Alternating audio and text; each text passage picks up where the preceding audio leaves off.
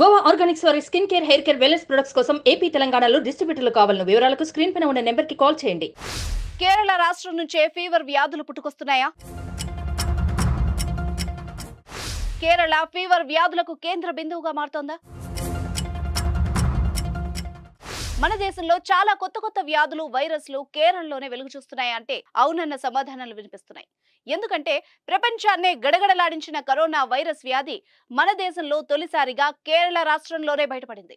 దాని తర్వాత monkey fever కూడా కేరళలో ప్రారంభమై తీవ్ర కలకలం రేపింది. తాజాగా మరో ఫీవర్ ఆ రాష్ట్రాన్ని తీవ్రంగా వణికిస్తోంది. అదే వెస్ట్ నైల్ ఫీవర్. కేరళలోని పలు జిల్లాల్లో వెస్ట్ నైల్ ఫీవర్ వ్యాప్తి కేసులు గణనీయంగా పెరుగుతున్నట్టు పినరై విజయన్ ప్రభుత్వం వెల్లడించింది. ఈ క్రమంలోనే కేరళ ప్రజలంతా అలర్ట్ గా ఉండాలని ఆ రాష్ట్ర ఆరోగ్య శాఖ ఆదేశాలు జారీ చేసింది.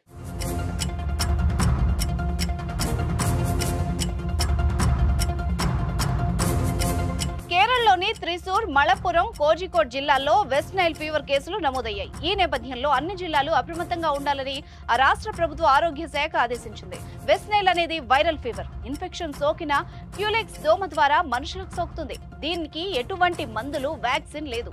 లక్షణాల ఆధారంగా చికిత్స చేయడం, వ్యాధి నిరోధక జాగ్రత్తలు పాటించాలని నిపుణులు సూచిస్తున్నారు.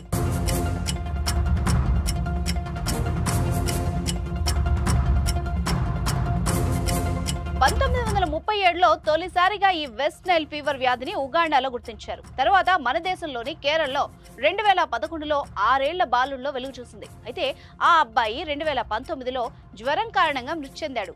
సాధారణంగా వెస్ట్ నైల్ ఫీవర్ బాధితుల్లో తలనొప్పి, జ్వరం, కండరాల నొప్పులు, తల తిరగడం, జ్ఞాపక శక్తి కోల్పోవడం వంటి లక్షణాలు ఉంటాయి. కానీ ఎక్కువ మంది బాధితుల్లో ఇవి కనిపించకపోవచ్చు. మరికొందరిలో మాత్రం జ్వరం, తలనొప్పి, వాంతులు, దురద వంటి లక్షణాలు ఉంటాయి. కేవలం 1% కేసులో మాత్రమే మెదడు దెబ్బతినే ప్రమాదం ఉంటుంది. ఫలితంగా అపస్మారక స్థితిలోకి జారిపోయే ప్రమాదం కూడా ఉంది. ఒక్కోసారి మరణం కూడా సంభవించవచ్చు.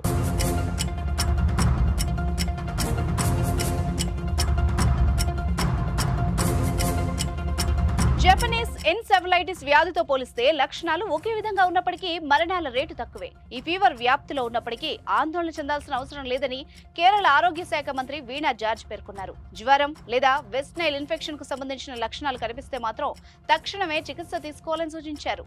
రాష్ట్రంలో ఈ వైరస్ బారిన పడిన వాళ్ల ఆరోగ్యం ప్రస్తుతం నిలకడగానే ఉందని వెల్లడించారు.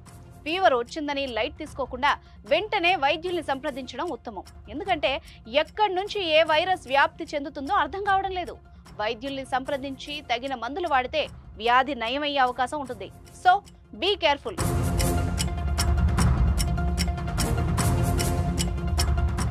సుమన్ టీవీలో మీ పర్సనల్ అండ్ బిజినెస్ ప్రమోషన్స్ కోసం కింది నెంబర్కి కాంటాక్ట్ చేయండి.